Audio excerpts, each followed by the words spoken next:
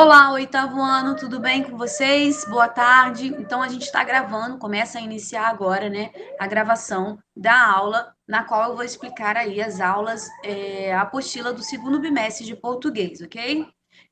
Serão as aulas 2, 3, 4 e 5, ok? Então, vamos lá, vamos começar.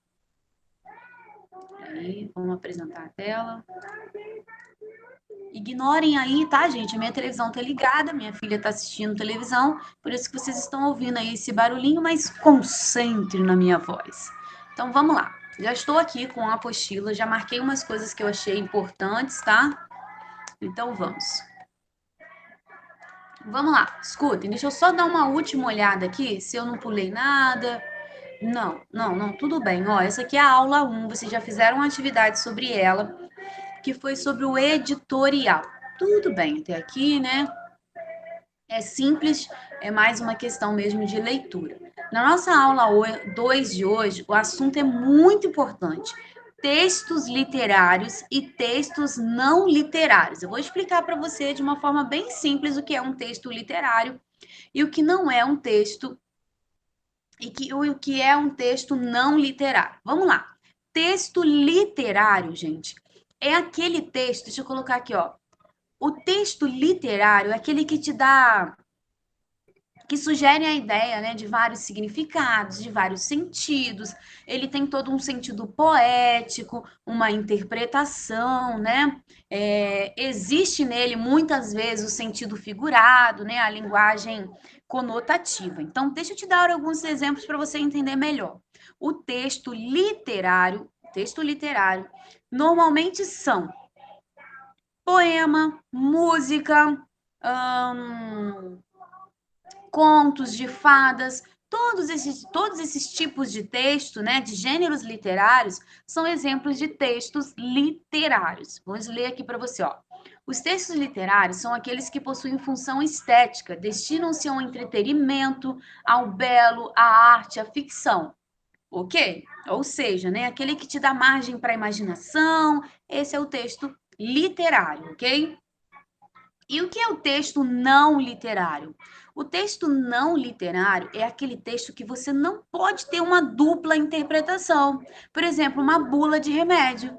Você tem que ler e ser capaz de entender exatamente o que está ali. Esse é um exemplo de um texto não literário, tá? Também tem aí outros exemplos. Deixa eu marcar aqui os exemplos que eu dei. Ó, o texto não literário apresenta a linguagem objetiva, como eu falei, né, da bula do remédio, clara, concisa e pretende informar o leitor de determinado assunto. Para isso, quanto mais simples for o vocabulário e mais objetiva for a informação, mais fácil se dará a compreensão do conteúdo, foco do texto não literário, ó. Outro exemplo de texto não literário que me veio à mente agora é um manual de instrução. Você comprou um objeto e precisa montar. Ali precisa ser o texto não literário, porque você tem que ler e entender exatamente o que precisa fazer. Então, são textos não literários. Exemplos de textos não literários: notícias, artigos jornalísticos, os textos didáticos. O que são os textos didáticos, professoras? Professora, a matéria que vem lá de português, explicando o que é substantivo, a matéria que vem de história, esses são textos didáticos, tá bom? Os verbetes de enciclopédias e enciclopédias, que são verbetes, professoras. Verbetes, estou sempre usando o plural, né, professores. Verbete, pessoal, é quando você vai lá no dicionário e procura uma palavra, é um exemplo de um verbete, é isso, tá bom? Propagandas, textos científicos, que é o caso da bula, receitas culinárias, manuais, tá bom? Esses são textos não literários. Espera aí, então, que eu deixei aqui para cima o exemplo de texto literário. Tá, vamos ver. Tá falando para quem vai ler, que o ideal é isso mesmo, que vocês leiam. Em algum lugar aqui tá dando exemplo dos textos literários, tá falando do poema. Mas agora, no momento, ele fugiu, né? Mas tudo bem. Então, deu para perceber a diferença do texto literário para o texto não literário? Deu? Vamos recapitular? Texto literário é aquele texto que você lê e liberta a sua imaginação, você interpreta de várias formas, ele tem muito subjetivismo, né? O emocional. E agora, o texto não literário é aquele texto sério. Você tem que ler e entender uma bula de remédio, um manual de receita, uma notícia jornalística, ok? Então tá, então essa é a primeira explicação que tem aí. Ok. Deixa eu ver se eu marquei mais alguma coisa aqui que eu quero falar para vocês. Lembrando, essa aqui é a aula 2, tá? Tá aí na sua apostila. Agora tem a atividade, ó. Sobre a origem da poesia. Eu acho que eu não coloquei essa questão para vocês. Para quem vai fazer aí nas atividades remotas, não é essa questão que eu coloquei. Se eu não me engano, eu pedi para vocês explicarem a diferença de texto literário para não literário, tá bom? Ok. Aula 3. Um texto, né? Um artigo de opinião. O que é um artigo de opinião? O artigo de opinião é um texto onde o autor expõe seu posicionamento sobre um determinado tema de interesse público. É um texto dissertativo que traz argumentos sobre o assunto abordado. O escritor, além de mostrar o seu ponto de vista, deve sustentá-lo com argumentos coerentes. Então, vamos lá. O que é um artigo de opinião? O artigo de opinião, ele é um texto dissertativo, por quê? Porque você escreve usando argumentos e qual é a principal finalidade de um artigo de opinião? Convencer o outro, persuadir o outro, né? Se você está falando sobre, vamos ver aqui, sobre a vacina, incentivando alguém a tomar a vacina, expressando a sua opinião, as pessoas que lerem o seu artigo, ao final do artigo, provavelmente elas vão estar convictas, né? Vão estar acreditando, aceitando aquela ideia que você está colocando ali no papel, certo?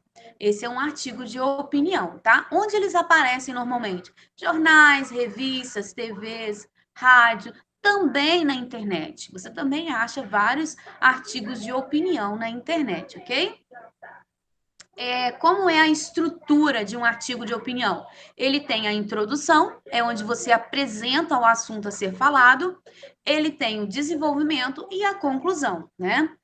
Ok, são essas partezinhas aí que são aqui é a estrutura do artigo de opinião. Eu destaquei aqui umas coisas, umas características importantes, ó.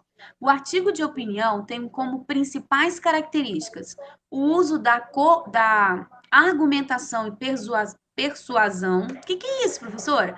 A argumentação, o argumento de explicações, de como é que eu vou dizer? Ele tem muito ali, na hora que você lê um artigo de opinião, ele tem fatos, né? Ele consegue se, se envolver, né? Se basear através de fatos, né? Que são aí os argumentos. E a persuasão, gente, todo artigo de opinião, ele quer te convencer. E isso é persuadir, tá bom? O uso, não. Os textos escritos na primeira e na terceira pessoa, então, os artigos de opinião, eles podem ser escritos na primeira pessoa, eu penso, nós achamos, ou na terceira pessoa, tá? Eles acham, acredita-se, ok? Aceita as duas formas. Normalmente, os textos são assinados pelo autor. São textos vinculados no meio de comunicação, como a gente já falou, rádio, TV, revista, internet, jornal. Possuem uma linguagem simples, objetiva e subjetiva, ou seja, pode ser tanto objetiva e direto ao assunto, ou então de uma forma sutil falar sobre alguma coisa.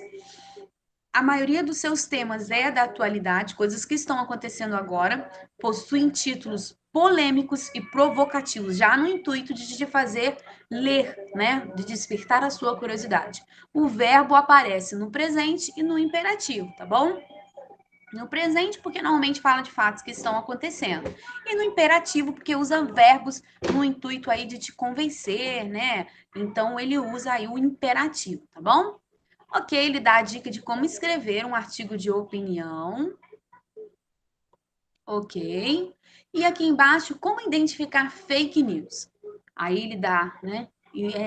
Investigar a fonte da notícia, desconfiar de títulos absurdos, pesquisar o assunto em outros veículos de grande alcance, ficar atento à data de publicação da notícia. Gente, eu vou falar uma coisa e realmente eu faço.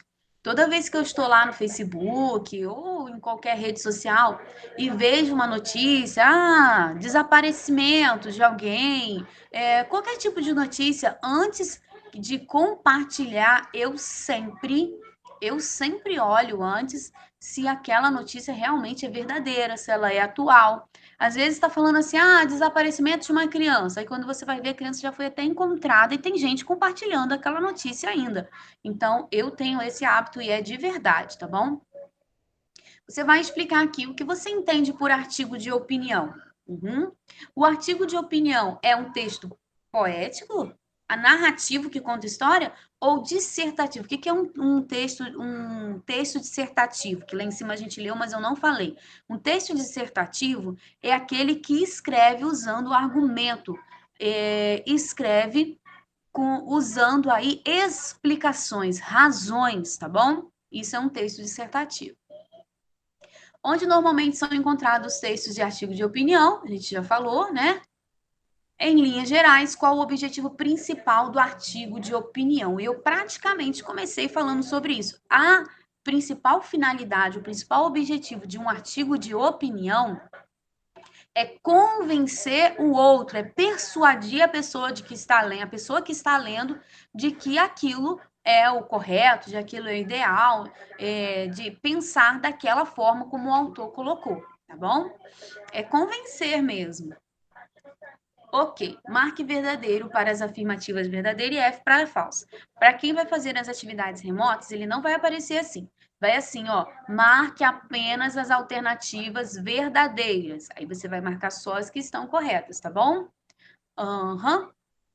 Os temas encontrados nos artigos de opinião costumam ser polêmicos de relevância social, de importância social? Sim, tá, gente? Sim. Os temas normalmente são polêmicos, são assuntos atuais, né? Então, a letra A é verdadeira, sim. Letra B. O artigo de opinião deve ser assinado pelo seu autor, assumindo toda a responsabilidade do que escreveu. Sim, ao contrário de outros tipos de textos em que não há assinatura, né? De quem fez o artigo de opinião, ele deve ter a assinatura. É um gênero textual que pertence à esfera artístico-literária? Não, não é. Por que artístico-literária? Ele não é um texto literário, ele é um texto não literário, porque ele fica aí, né, mais próximo do texto jornalístico, então ele não pode ter tanta subjetividade, não. Ele precisa ser mais preciso, ele precisa ser mais dentro da realidade, tá bom? Então, a letra C não marca. O escritor não precisa se preocupar com a verdade em seu artigo de opinião. Gente, olha bem, mesmo sendo um artigo de opinião, ele precisa estar o mais próximo aí da veracidade, da verdade, né? Mesmo que ele precisa ter argumentos. Então, o ideal é que ele se preocupe com a verdade, em transmitir a verdade. Existem artigos de opinião que fogem dessa regra? Existem, claro que existem, né? Mas o ideal é que o autor se preocupe em transmitir a verdade, tá bom? 6. Explique o que você entendeu sobre a estrutura. Ó, a estrutura está aqui. Vou marcar aqui para você novamente. Eu já falei que a estrutura é a introdução, o desenvolvimento e a conclusão, tá bom? Ó, vou marcar aqui. E você vai explicar na introdução o que é, no desenvolvimento e na conclusão. E você vai explicar isso aqui nesse exercício na página 23, tá bom? Exatamente isso que está perguntando. Número 7. Marque apenas a alternativa que não faz parte das características principais do artigo de opinião.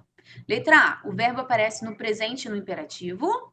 Letra B. Normalmente os textos são assinados pelo autor, possuem uma linguagem de difícil compreensão, a maioria dos temas é da atualidade. Não vou falar, muito fácil. Qual aí que não faz parte, pessoal? E mais uma vez a gente vai falar sobre coesão. Lembra o que é coesão? Não, eu não acredito. Então vamos lá. Aqui vai falar então, deixa eu ver se vai falar da referencial também, vai. Ok. Coesão sequencial e coesão referencial. Professora, o que é isso mesmo? Então, olhem só. Quando eu falo de coesão, não sei se você lembra, mas nós falamos isso lá quando a gente estava revisando a matéria do 7º ano. Coesão é harmonia. E quando eu falo de coesão sequencial, eu estou falando de uma harmonia na sequência dos fatos, dos acontecimentos. Por exemplo, se eu estou escrevendo um texto, uma frase precisa completar a outra, ou seja, precisa ter sequência. E coesão sequencial é isso, é dar sequência ao seu texto, à sua frase, tá bom? Vamos então falar aqui da coesão referencial. E a coesão referencial, o que seria? A coesão referencial, gente, é aquela coesão, aquela harmonia que não deixa o texto ficar repetitivo demais. Por exemplo, se eu estivesse escrevendo uma história, Andriele é minha aluna. Andriele assiste às aulas. Andriele assiste às aulas somente quando Laura a chama. Andriele mora em Jaguarembé. Olhem bem, um pouquinho que eu escrevi, eu repeti várias vezes o mesmo nome, Andriele. Então, não houve coesão referencial. Por quê? Porque a minha referência é a Andriele, que é o nome que eu estou usando sempre. Mas eu não preciso ficar repetindo o tempo todo. Eu posso trocar por outras palavras, por um outro substantivo, por um pronome. Ó, vou reescrever, ó. Andriele é minha aluna. Ela só assiste às aulas quando Laura a convida. É verdade, Andriele? Essa aluna mora em Jaguarembé. Agora sim, houve coesão referencial, porque eu substituí o termo referência, que no caso é Andriele, que é aquele termo que eu repeti toda hora, por outras palavras, evitando a repetição. Moleza, não é? Fácil, gostei, achei fácil. Ok, pessoal, eu estou explicando rapidamente, mas você leia com calma, com atenção, né? Leia um trecho de Dom Casmurro. Gente, Dom Casmurro é o melhor livro que eu já li na minha vida. Quem não leu, leia. É muito bom, tá? Indique os marcadores verbais. Então, preste atenção. Marcadores verbais são os verbos que auxiliam na coesão sequencial, ou seja, são aqueles verbos que ajudam a ter a sequência do tempo em que as coisas acontecem. Por exemplo, ó, quem está lá fazendo nas atividades remotas pode só escrever o verbinho aqui embaixo, tá? Vai aparecer, né? Sabe como é que é? Você vem e escreve, ó. Uma noite desta, vindo, ó, vindo é um, ó. Vindo da cidade para Engenho, encontrei. Porque ele narra, os verbos aqui, eles vão expressar a sequência que os fatos acontecem. Encontrei num, encontrei num trem da catedral um rapaz aqui do bairro, que eu conheço, ok? Cumprimentou-me, sentou-se ao pé de mim, falou da lua e acabou recitando-me verso. Então, olhem bem. Nesse caso aqui, ele pediu para você marcar os marcadores verbais, né? Então, aqui, a coesão sequencial que ele pediu que você identificasse foram os marcadores verbais, ou seja, os verbos que indicam aí a sequência dos fatos, tá bom? Ok. Discurso direto, indireto e indireto livre. Então, vamos lá. O discurso direto, eu fiz um resuminho desse aqui, deixa eu lembrar aqui onde eu coloquei essa imagem. Peraí, esse aqui não tem, né?